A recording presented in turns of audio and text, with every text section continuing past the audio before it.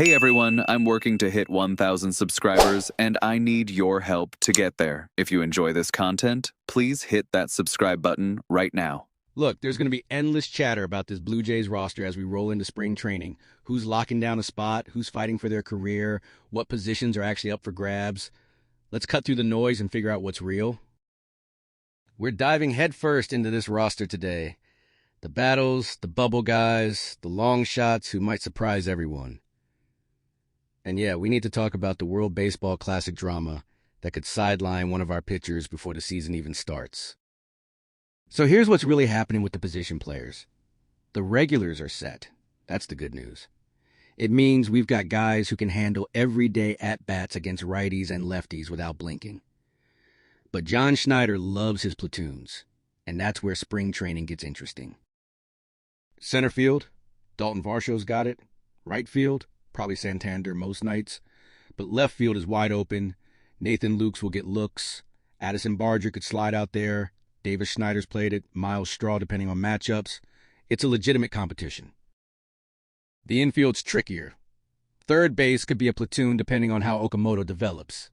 And that could shift fast once the season starts. You've got Okamoto, Ernie Clement, who crushed it there last year, and Barger with that cannon arm. Second base, mostly Clement with Schneider mixing in, assuming Jimenez holds down short. But here's the uncomfortable truth. Davis Schneider isn't guaranteed a roster spot. He's on the bubble. Joey Loperfido is breathing down his neck, and honestly, Loperfido might be ready.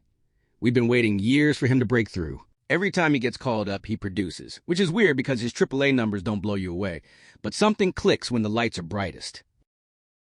That concerns me a bit. Is it sustainable, or is it adrenaline masking real limitations? With Schneider, you know what you're getting. He had a solid year last year, but guys like Clement, Barger, and Lukes exploded onto the scene and stole the spotlight. Plus, you've got Miles Straw as your defensive replacement who can play anywhere in the outfield. So where does Schneider fit? I'm guessing it comes down to Straw, Lukes, Schneider, and Tyler Heineman as the bench guys. Straw's locked in for defense. Heineman's your backup catcher. That leaves Lukes and Schneider battling, and spring training performance matters. Remember, crazy stuff happens. Injuries, slumps, hot streaks, they reshape rosters constantly. The Jays have decent outfield depth with guys like RJ Schreck climbing the prospect rankings. He's knocking on the door, maybe not for opening day, but definitely by mid-season if someone falters. Then there's Eloy Jimenez on a non-roster invite. He had a nice winter in the Dominican, but let's be real. We know who Eloy is at this point. Maybe he's a DH option, but that spot's already crowded. If Eloy ends up being critical to this team's success, it probably wasn't a great season. Spring training is for the young guys and the new faces. It's for Okamoto, Cody Ponce, the prospects we haven't seen yet. I'm not worried if Vlad has a rough spring. George Springer hit 108 with a 514 OPS in spring training last year. 4 hits in 15 games. Then had maybe the best season of his career. Spring stats are about mechanics and adjustments, not results. But for the bubble guys, it matters. Alan Roden destroyed spring training last year, then struggled badly in the regular season and got traded. So yeah, grain of salt, but you'd rather see the young guys succeed than faceplant? The real intrigue is on the mound. The 5th starter battle between Jose Berrios and Cody Ponce is must-watch television. Throw in Eric Lawhor as a dark horse lefty who was excellent last year, and you've got a genuine competition. 2 of those 3 probably make the roster. One as the 5, one as the long man. But if Shane Bieber's healthy, suddenly you've got a decision that could define someone's season. This isn't just about refining your slider anymore. These guys are competing for jobs. Berrios has been around forever, had plenty of success as a starter.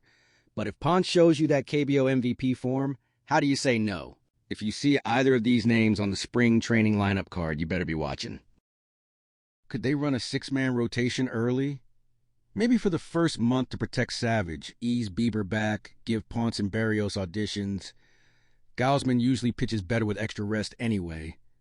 But long-term? No way. By May, they need a clear 5-man rotation. Consistency matters, especially for guys like Cease and Gausman at the top. The bullpen's even more chaotic. You've got Hoffman, Rogers, Garcia if he's healthy, and Varlin locked in. That's 4 spots. Add a long man, law whore, whoever loses the starter battle, and you're at 5. 3 spots left. Braden Fisher, Mason Fluharty, Brennan Little, despite his playoff struggles, Tommy Nance, Ricky Tiedemann, potentially out of the pen, Spencer Miles, the Rule 5 guy who hits 99, Yario Rodriguez. Way too many arms for 3 spots. Tiedemann's the wild card. I don't think he makes opening day, but imagine him as a fireball, lefty late-inning weapon. This team desperately needs that dog out of the pen from the left side. Can you fully trust Little or Fluharty against Ohtani in a big spot? I'd feel a lot better with Tiedemann pumping 99 with a wipeout slider, but they might develop him as a starter in AAA first, manage the injury risk, then transition him up later. His spring training will tell us everything. Then there's the World Baseball Classic mess. Jose Berrios might not pitch for Puerto Rico because of insurance issues. Players need coverage for up to 4 years of salary for pitchers, 2 for position players. Without it, they're risking their careers and livelihoods. Francisco Lindor is likely sitting out. This should have been solved in the CBA. This is how you grow the game. Best competition on a global stage. But here we are, 3 days before rosters are due, and guys like Berrios, who have everything to prove, can't get insured. It sucks for fans. It sucks for the players. George Springer didn't play for the same reason. Contract year too much at stake. Can you blame them? One injury in a meaningless tournament game could derail an entire career. But man, we just want to see the best players in the world compete. Rosters are due February 3rd. Announced February 5th. Clock's ticking. Hopefully they figure it out, because watching Berrios or Okamoto in the WBC would be incredible.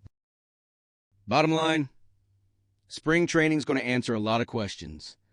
The bats are mostly set with a few bubble guys fighting hard. The pitching is wide open, starter battles, bullpen battles, guys trying to prove they belong. This is where championships are built, in these quiet March games in Florida when nobody's paying attention except the coaches with clipboards. We're back 5 days a week now, Monday through Friday, every single day until October. Big interviews coming this week, Mitch Bannon breaking down the offseason, a Jays prospect joining us. Stick around, baseball's almost back, and we're just getting started.